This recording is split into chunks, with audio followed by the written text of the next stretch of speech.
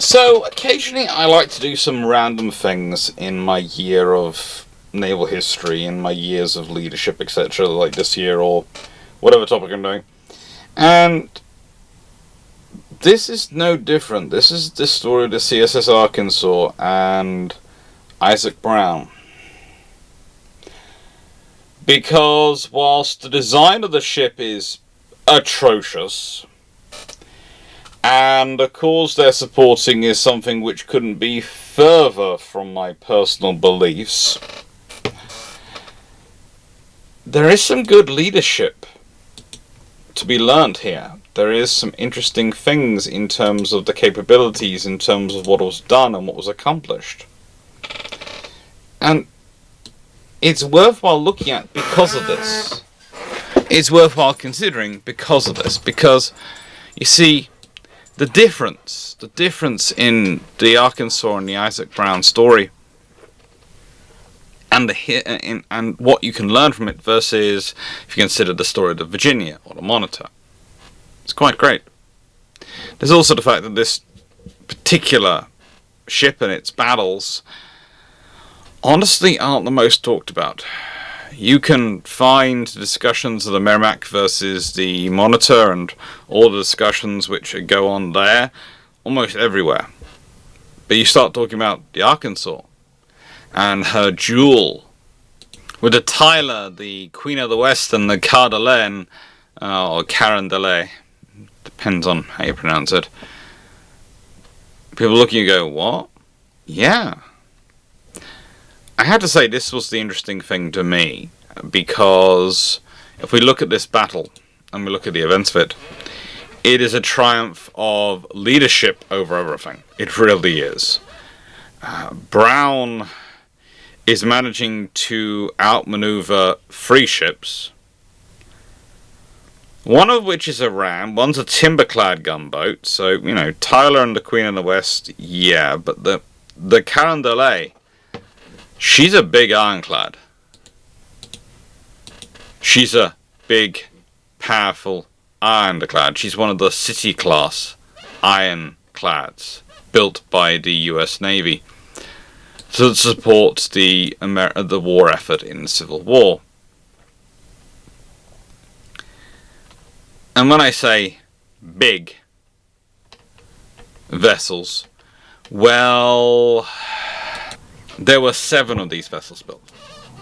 And you can't find a better illustration of the sheer might, the sheer upward struggle the Confederates had and found themselves in due to their own, in many ways, stubbornness and pig-headedness when it came to their own infrastructure and investment.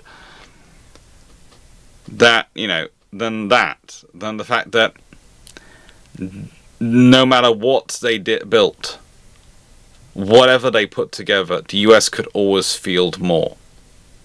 And it always depended upon leadership. It always depended on what they could bring together, what they could get together to manage to overcome these things. To overcome the fight they were going to find themselves in with numbers.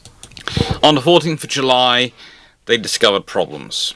They discovered that the forward magazine's powder had been dampened by steam escaping from the engines, and so she had to stop to dry the powder in the sun. It was then reloaded, and they were continuing on to a place called Haynes Bluff. Their plan was to surprise the Union ships in the Mississippi at dawn on the 15th of July. Now, unfortunately for Brown, who was in charge at this point, Admiral Farragut had been alerted to the fact that the Arkansas was on the Yazoo by some Confederate deserters. And whilst they had thought that she was incomplete and not really viable, Farragut and Davis were not the type to go, we're going to take this as a given. And they instead sent a reconnaissance squadron up the Yazoo to search for her. They sent the timber-clad gunboat, the Tyler, the ram, the Queen of the West, and the ironclad, the Carondelet. Now, I would point out, the moment you're sending the Carondelet, you are sending up a major fighting asset. Brown departed his anchorage at 0300 hours and ran into this squadron at 0600 hours, just a few miles from the mouth of the Yazoo. And Brown immediately goes, look, the most powerful ship there is the Carondelet. This one. He's quite right in this. Steer for that. We're going to try and ram it. The thing is, that vessel was roughly 2 miles astern of the Tyler and Queen of West. And he only authorized even the firing of his own guns as long as they were bearing directly on the target, because if they weren't, if there was any chance they wouldn't hit, he felt it wasn't worth it because it would slow down his movement because of the cannon's recoil. That already makes me feel worried about the ship, if the fact is he's worried about firing his own guns because it's going to slow him down. Now, it was the Tyler, the timberclad, which actually managed to draw first blood when they managed to kill a Confederate soldier who was leaning out of a gun port. Again, not a very sensible thing to do in a battle like this. There are reasons you're probably going to find yourself doing it, but it's not a good thing to be doing. It really isn't. The unarmored ships, well, they decided to reverse course and pull back behind the Carondelet, but they are going to be positioning themselves so that realistically the Arkansas can't really focus on the Carondelet. Even when it closes into range, it is getting hit. And it's hitting its opponents, but it is getting hit. The Queen of the West isn't armed with cannon, but she's maneuvering herself into a position to try and ram the Arkansas. So only after a couple of good broadsides from the Arkansas that she turns downstream and just goes, this is just not sensible for her. Tyler decided to move down as well shortly. And basically the fight ends up being between Carondelet and Arkansas. Carondelet's shells are bouncing off the Arkansas's armour at close range, whilst the Arkansas shells managed to penetrate the thinner armour of the Union ironclad. Eventually, Henry Walk, the commander and captain of Carondelet, orders the ship to reverse to avoid being rammed. This manoeuvre did expose his unarmoured stern, but it seems to work. It seems to work. The battle carried on in a similar manner for quite a while, but it ends up with Carondelet run aground and having lost about 35 casualties, with all sorts of damage done to her. Although I would say some of the damage done to Carondelet and quite a lot of damage done to the Union ships are done by friendly fire. Tyler especially managed to hit her pilot house and wound both the pilots she had aboard, who were familiar with the Yazoo River. The Arkansas, in contrast, is, well, she's had 25 crew killed or wounded during the battle, and she's had so much damage done to her smokestacks, to her, to her funnels, that she's reduced to roughly 3 miles per hour with the current supporting her. 3 miles per hour. And the temperature in her fire room had gone from, well, 130, 120 degrees, out to 130 degrees, out to 120 degrees Fahrenheit. So that's 54, 49 degrees centigrade in boiler room and fire room and casemate. She's literally cooking her own crew. The smell must have been terrible. But they managed to get past. With that done, they head to Vicksburg. But that's a whole other mission. There's still more Union forces to get through. There's still more to pass through. But that's later in her career. That is later in her career, and let's start off at her beginning. At her beginning, the Arkansas class ironclads are, well, they're products of John T. Shirley. He's their builder. But realistically, as much as he's their builder, he's not their minds behind them. The minds behind them are people like John L. Porter and John M. Brooke and Charles H. McBlair. There's no pictures of Shirley available, nor McBlair. McBlair is their first commander and is supposed to get it ready for combat. He fails miserably. The concept is they need something to stop the Union Navy from being able to control the rivers. And preferably, it needs to have a better hull capability so it can go out into deeper water. And it can allow them to dominate the areas they need to dominate. Because the Union fleet, as massive as it is not able to be strong everywhere. They don't have monitors everywhere. And ironclads can give the Confederacy the edge. They can allow them to force their ability to move their things to sea and allow them to get reconnected with the world. And they need to be reconnected with the world because, well, it's not as if the plantation owners had invested in infrastructure industry. There is a reason why Virginia ends up being the capital. Richmond, Virginia ends up being the capital of the Confederacy. It's not because the people in the Confederacy love Virginia and love Richmond. No, it's because it's literally the only infrastructure and industrial hub that they have, pretty much. That is actually worthy of the name, because woe betide any plantation and actually investing in it, or allowing any industry to really grow up in the areas around them, which might compete with them for dominance in their areas. No, no, no. They are weird. But the construction of these ships was convoluted, complicated, and there's a reason there's only one actually finished. And realistically, it comes down more to the fact that as much as they were full of good ideas, they didn't have the infrastructure industry to build from to generate those good ideas in realistic terms. They build a vessel which, in theory, is going to have capability. In theory, the Arkansas is going to have 2 acting steam engines, which gives it redundancy, supplying 2 shafts. It's got 6 boilers. It's 1,200 tons. It's supposed to have a ram. It's supposed to have a crew of 230. It's supposed to have... Well, please note, I'm not going to list off the actual guns it's supposed to have, because there are so many different versions of how many guns and what guns it's supposed to have. It's almost obscene. There are different accounts given by different people involved. And yes, it could be that they were changing guns at certain times because of damage to them, and so therefore they have different guns at different points. But...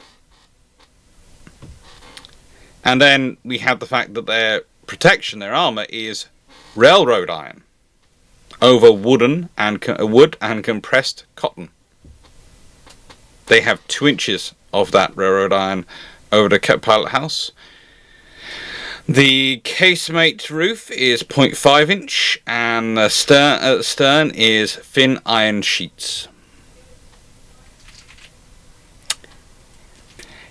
I would call it an ironclad, definitely, but it's more an iron skimmed than clad. And the iron that they're skimming with is iron which is made for durability, not impact. That's the trouble. If you consider, even amongst iron, there are different sort of, well, processes and forms, and the iron that's being used for the ship's armour, it's not really the iron, if I was going to have to pick iron, that I would want for my armour. It isn't. With that being said, though, Shameless book plug time. Now, this is not going to be a long video, I have to admit. It's not going to be one, because it's mainly a story of bad leadership decisions after bad leadership decisions after bad leadership decisions. And every time they manage to achieve something good and actually do something well, they manage to make it bad in a different way. They really do. And that's one of the problems that happens, especially for the Confederate forces. They have, well, the big problem for them is that they start out from two different viewpoints. Realistically, there's a large group who are more about states' rights, but the group in power and the group leading it and adapting this argument for their own ends are a group who are about protecting slavery because that's their economic output. And this means the whole way through fighting a war, they've got ardently an anti-centralist position. And that's the problem, because when it comes to certain things, you can afford to be small communities. When it comes to planning permission for houses, for whether you can have windows or, rubbish collection or those things, you can afford to be a small community. In fact, you should be a small community.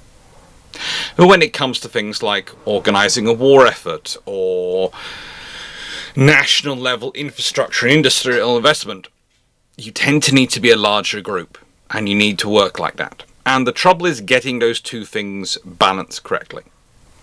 Because in some regards, yes, you do want localism. In other regards, I'm sorry you've got to go the central route, because the sheer quantity of resources you're talking about marshalling to properly wage it and run it requires you go that route. And not only did the Confederate States constantly have the problem of having this constant argument playing out the whole time as they are trying to run a war effort, but they also have the fact they don't have the infrastructure to run the war effort in the first place. So, some people say it's a doomed cause myth. No, it was doomed from the beginning, but that's because the people who were doing it were absolutely short-sightedly moronic. But we'll leave that to one side.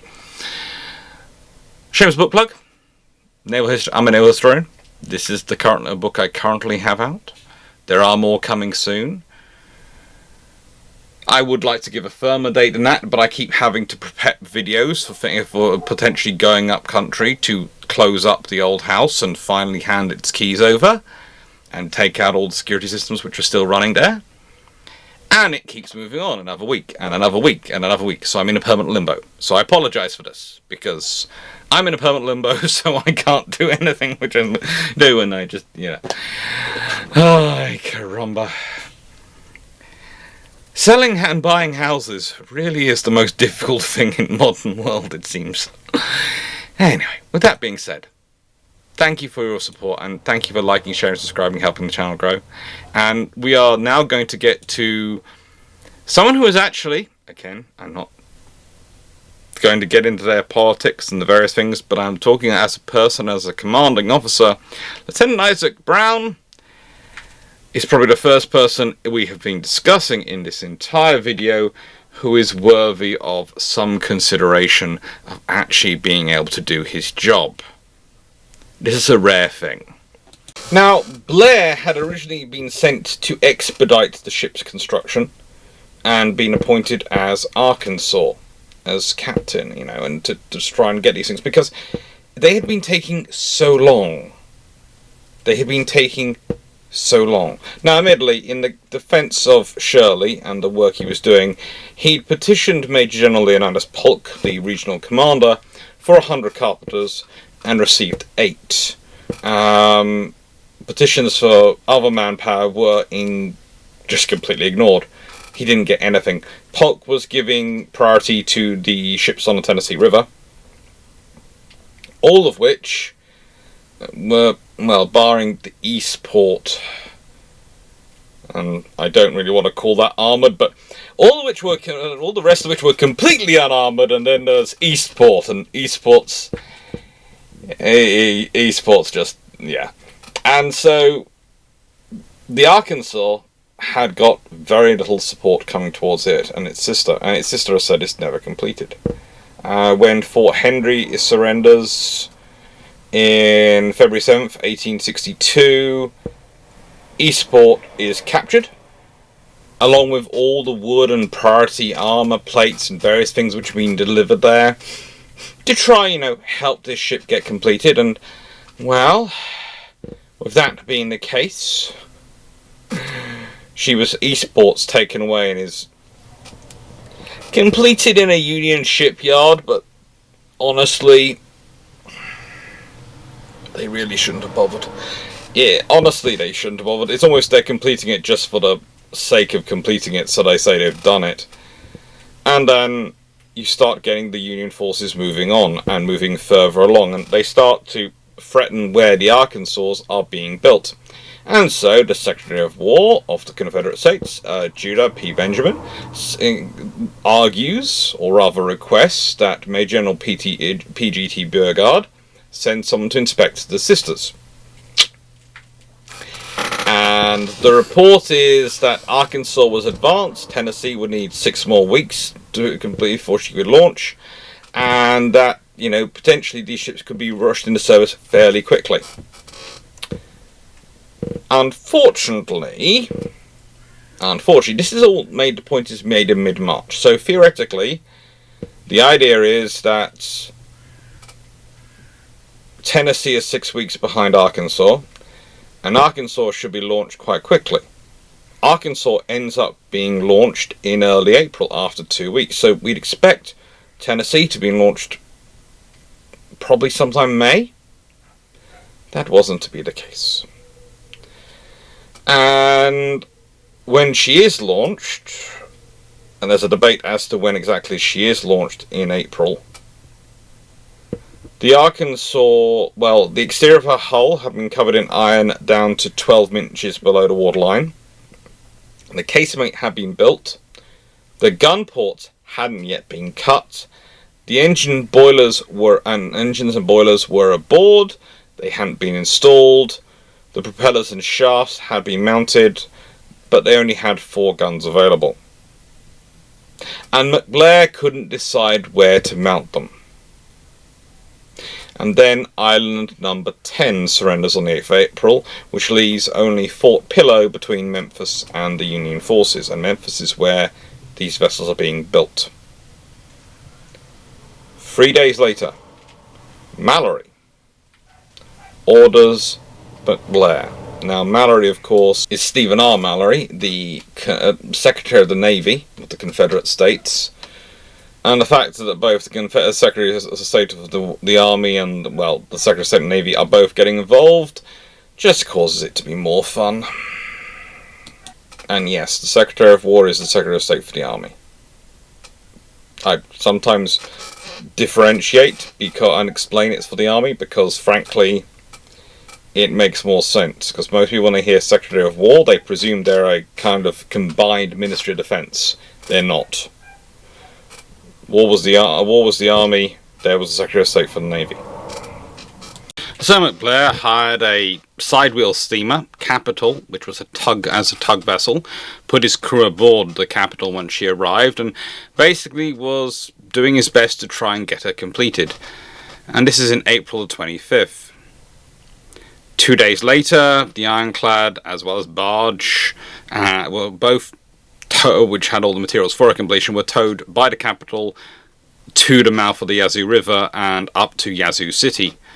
The ships then left Yazoo City on the 7th of May for Greenwood, Mississippi, which was further upriver. But when they were warned by Governor John J. Pettus that Union ships were coming up the Mississippi River, probably hunting for Arkansas, because possession of ironclads was a major thing in this war, major capability. No matter how good they were still better than regular ships. The 2 ships managed to reach Greenwood on the 10th of May, just as the annual spring rise of the river was beginning, which led to levees breaking and flooding, which put the Arkansas 4 miles from shore. This then was further complicated by the fact that the barge sank. So all her machinery and material that had to be recovered from the river bottom using a diving bell. Unsurprisingly, progress at this point was not happening. Just not happening. On May 19th, General Beauregard again inquired about Arkansas's status. He was very unhappy with the lack of progress, he telegraphed Mallory, who is the Naval Secretary, and remember, Beauregard is the Major General who's acting in a coordinating fashion, and he then sends a message to the Naval Secretary asking for a new officer to be appointed to replace McBlair, and the officer chosen is one Lieutenant Isaac N. Brown, and ordered him to complete the Arkansas without regard to the expenditure of either men or money. Nice title, a nice thing to be given. I can imagine a Royal Navy officer today being given that instruction about completing, let's say, a Type 26. You must complete this vessel as quickly as possible without regard to the cost in men or money. There must be the guy going, it'll be fun. But Mallory also ordered McBlair back to Virginia. McBlair does sort of treat the ship more like his personal baby at this point than he does anything else, and he actually ends up having to be forced off at gunpoint by the orders of Mallory, because he was interfering and causing so much trouble. And he was interfering and causing so much trouble. And the fact is, when Brown arrived on the 26th of May and reached 29th of May, he received his orders on 26th of May. He arrives there, it's the 29th of May. The flooding, everything had happened back on the 10th of May. So, talking 2 to nearly 3 weeks later. 2 to heading towards 3 weeks later. And he finds the ship is not that advanced. It only has 5 carpenters at work and 1 blacksmith's forge in use for shaping it.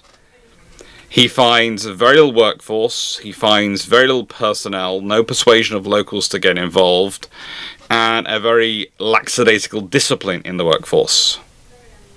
And so he sits around, he gets slaves from the local slave owners, he gets local men, he gets local Confederate Army units to send personnel.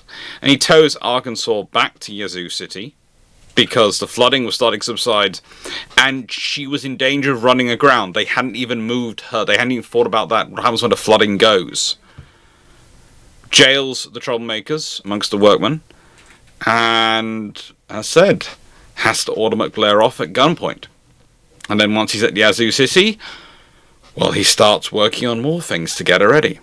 Now, the interesting thing, and this sort of flies in all the problems that McBlair's been having, is that when Brown makes his appeal to the workers of Yazoo City, he gets a larger response than he'd been expecting. He gets a huge number of personnel volunteering, and a lot of slave owners volunteering their slaves. He's getting field hands, skilled workers, all sorts of things. And he takes advantage of this by working the people around the clock every day of the week. And that helps him. They borrow blacksmithing tools from local plantations. They have 14 forges being operated on site to make the iron fixtures and the various machinery parts which need to be retooled. And they even get the armor drilling machinery, which had been lost, rebuilt. They fabricate a new drill, and it's powered by a lever belt driven by the steamboat, the Capitol's hoisting engine. So within 5 weeks of him arriving, Arkansas has pretty much been completed. Saying this though, the iron plating on her stern and pilot house wasn't finished, but the river levels were falling, and construction was not really practical in the location they were in anymore. In fact, they get so desperate they're adding boilerplate to the stern.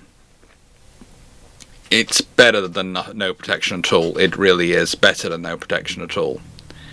And, well, Brown describes it as being for appearance's sake only. It's a morale tool. Something which Brown seems to understand is useful. And then they depart for Liverpool Landing in Mississippi on June the 22nd or 23rd. To rendezvous with the Confederate forces which are defending the Yazoo River downstream. They managed to establish a log raft across the Yazoo to serve as a barricade, and there were 3 Confederate gunboats there to defend it. However, her top speed of 8 miles per hour and was kind of overstated. The lack of ventilation in the engine room and the casemate was causing issues, and the boilers were uninsulated, which meant they were heating everything up, and they were also even more inefficient. Her engines were mechanically weak to the extent they managed to hang up at top dead center, which forced a crew to use pry bars to manually move the pistons on occasion. Literally, they had to manually move the pistons. They were more mandrolic than steam-powered. The engines furthermore were linked by a stopper that was supposed to allow one engine to be stopped if the other stopped for any reason, but this didn't work. And so Arkansas had a tendency to turn in a circle when the working engine was overpowering the turning force provided by the rudder, which is not good on narrow rivers and river voyages. It's not good. And the problem is for her is, while she's technically in service at this point, she's being hunted down. And I know I called them admirals earlier, but that's because I didn't want to get into the whole thing of that. The US Navy at certain points in history, rather than calling officers admirals, calls them flag officers. An admiral, of course, is a flag officer, but the US Navy decided that rather than calling their flag officers admirals, they'd call them flag officers. I suppose it made sense to them, but the sheer obsession they have with not having senior naval ranks versus the number of generals they give to the army does really worry me at certain points. What is it that the American governments tend to have in for the Navy in senior ranks? And their service is really one of a constant cat and mouse game of the Union trying to track him down and Brown trying to be of service. Now, Flag Officer Davis had managed to push ships quite far up. In fact, he managed to get 2 unarmed vessels so close to Liverpool landing on the 26th of June that Commander Robert Pickney ordered his gunboats burnt out of fear the Union were coming. Rather than put up a fight against unarmed ships, he burnt them. The Union ships, though, were constantly being drawn back to support ongoing operations, and this is the trouble for the Union forces. They are constantly trying to push for other operations to support the army, so they can't always do the naval operations they really want to do. And then Farragut passes the defence of Vicksburg, and this causes a fright. Brown, in the meantime, had been trying to get things to work. He'd been trying to get things to, especially the engines, to work. Trying to integrate the crews of the destroyed gunboats into his own crew. So he had more of a crew that was actually a crew. And eventually he gets word from Major General Earl Van Dorn to scout out the Union fleet between him and the city of Vicksburg. Van Dorn wanted him to sortie into the Mississippi while he was doing this, attack Union ships north of Vicksburg, then proceed south of Vicksburg to destroy the motorboats there if the condition of his vessel allows him to do so, i.e. if he survives. On the 11th of July, therefore, he gets 60 Missouri artillerymen volunteering to serve him aboard Arkansas en route to Vicksburg, and they are given what can account to an emergency course in operating ship's artillery. There's a passage cut through the raft barrier at Liverpool Landing, and Arkansas then continues downriver to Setauket, Mississippi, accompanied by the tugboat, the CSS St. Mary. Brown then takes a day to exercise his gun crews, because Well, there have been issues, and that's where we get to the point when they find gunpowder in the forward magazine will have been dampened by steam escaping from her engines. And this leads to the 15th of July event, which has already been discussed. That was a fun fight. It was a fun fight. But once they get to Vicksburg, well, then they have more troubles. They really do have more troubles. The fight through to Vicksburg was one of constant battle, of constant trauma. The Union wasn't really prepared for her coming. They really weren't, and they managed to get through largely because of that. Largely because not many of the Union ships are at the scene. Not many of them are actually in a position where they can come and engage her. But still, she gets bashed even more getting through. But she gets to Vicksburg, and then she gets a glorious welcome. She is a wonderful ship arriving as far as they're concerned. General Van Dorn embraces Brown. However, unfortunately for that, is that there are a lot of spectators around who are looking inside the ironclad. They're looking at the gory carnage inside. The death. There had been at least 30 men killed or wounded on the vessel. At least 30. More probably.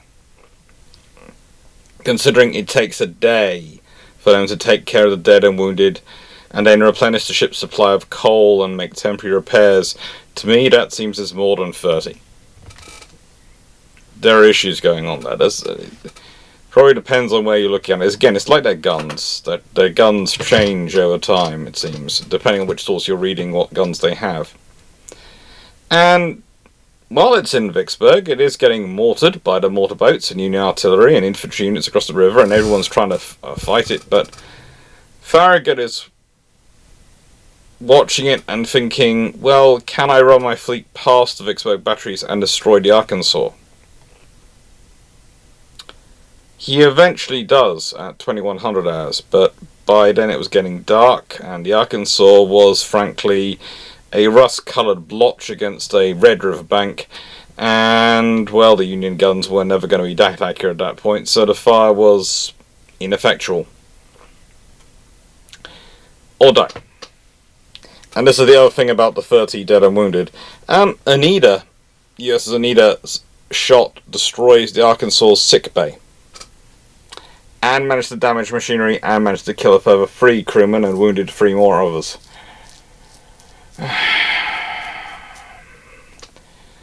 We're not sure about her effect on most of Farragut's fleet. We do know the Winona's engines get a shot. This disables them, so we usually attribute that to the Arkansas. But yeah, it hadn't been good. And then July the 16th saw them continue on using the mortars. The biggest problem Arkansas is having, though, now is not just the people who've died, but the fact that the Missourians, all those gunners, leave the ship. And whilst Brown gets permission from Van Dorn to recruit from the Vicksburg garrison, the volunteers really weren't coming after they looked on the ship and went, look at how much damage that's taken fighting the Union fleet. Is this sensible for us? And broadly speaking, decided no. The next battle was fought underneath the Vicksburg Bluffs, and it was an example of how not to coordinate an operation by the Union forces. Basically, Farragut and Davis had a conversation, and they decided to send in, Essex, Queen of the West, and Sumter. Now, that was not a particularly good choice, honestly. The only one that really probably has any reason to be there is the Essex. And frankly, whilst the Essex was the largest ironclad the Union had available and the Queen of the West were the strongest ram, you needed to send in more than 3 ships if you're going to do this, especially under the defensive fire that they're going to be able to put out from the defense around Vicksburg to support them. Arkansas herself is not prepared for battle. She's got an engine disabled, she's got understrength crew, she's got all sorts of people in hospital.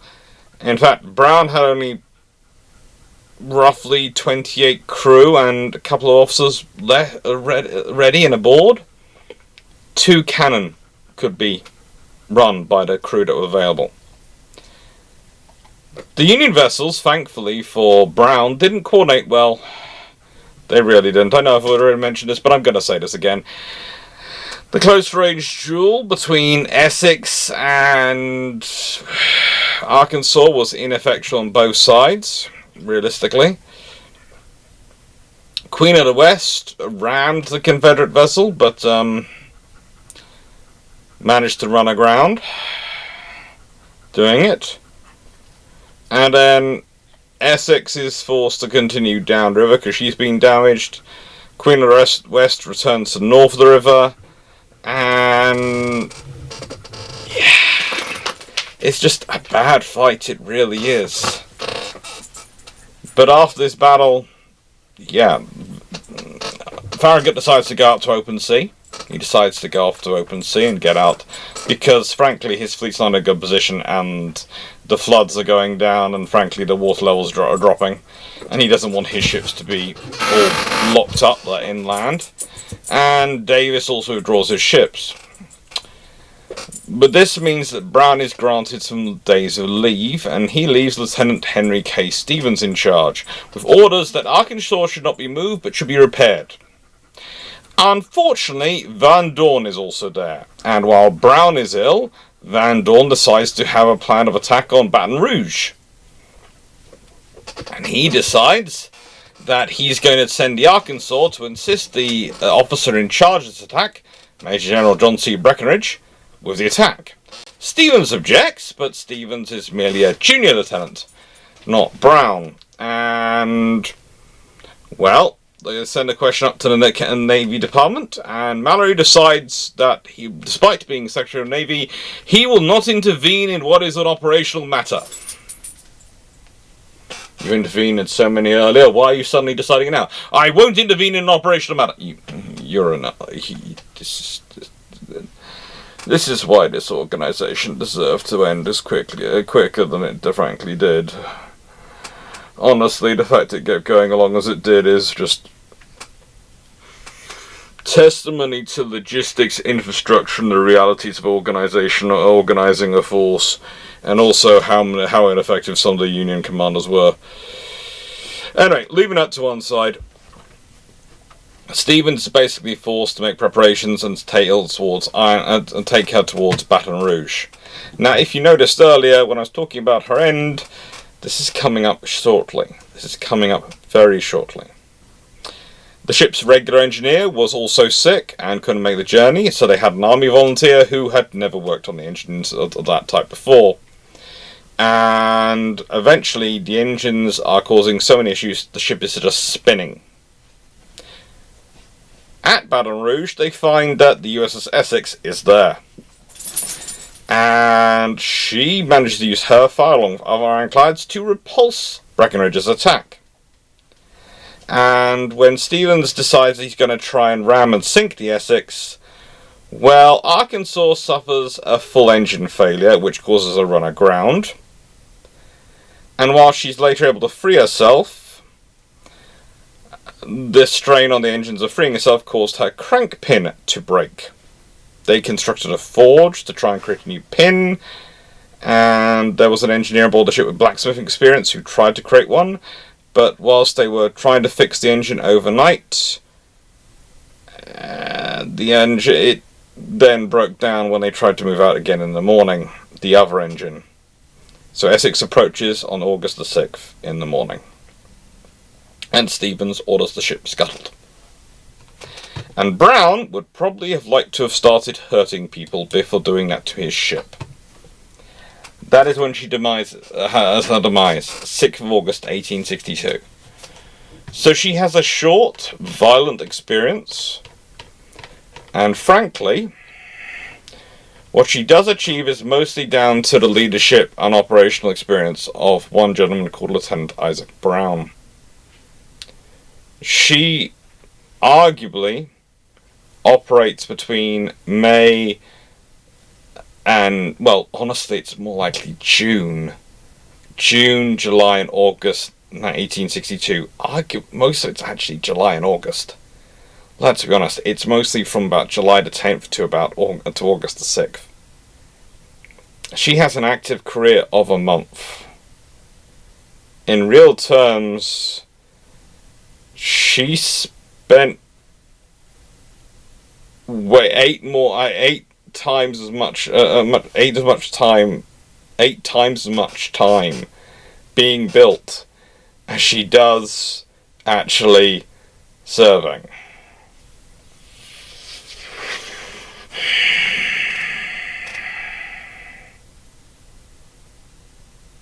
She has issues. She has so many issues. When you look at the debate of what gun she has and how much she is worth and all these things, you just... She has a short, violent, in part successful career, mostly successful because her commander managed to take advantage of his opponent's weaknesses. And at the base point, that's what commanders are supposed to do. But in the end, she's lost because of the Union command structure issues, because, let's be honest, the first thing Mallory should have gone is, A, her captain's not ready, B, the ship's not ready, and C, if this attack fails, we lose this ship, and this ironclad is actually worth more to us than the place you're attacking. This ironclad can help secure Vicksburg, which is a critical place. Yes, offensive is good, but at the moment we don't have the resources to do offensive, realistically. But never tell that to the Confederates. Never tell that to the Confederates. So I will finish these videos off with a question, and I'm not going to change now, but it is a slightly different question. I want you to think about other examples in history you might have heard of where an individual leader, an individual ship has had a big impact. I'd like you to think about those and start thinking about, how do they have that impact? I would argue that normally when you see a single ship under a single commander having as big an impact as the Arkansas has, as other ships example like this have had, it's usually when the opponents give them the opportunity to have that impact. It's more about them failing in their coordination, in their operational doctrine, in their availability of force, than it is necessarily about the performance of the individual captain. They're just taking advantage of the weakness. But I'd really like to hear your thoughts on that one. Anyway, what have we got coming up? Well, I know I've already recorded it, so we've got the Battle of Donnock, and then we have the Battle of Gravelines, i.e. fighting the Armada. That's going to be a fun month. Thank you very much for watching. If you like the video, please do like, share and subscribe. That always helps the channel grow, and that's really much appreciated. And, well, thank you. Take care, and hope you have a nice morning, afternoon, or evening, as when this goes out, it's usually about 7:30 evening. Take care.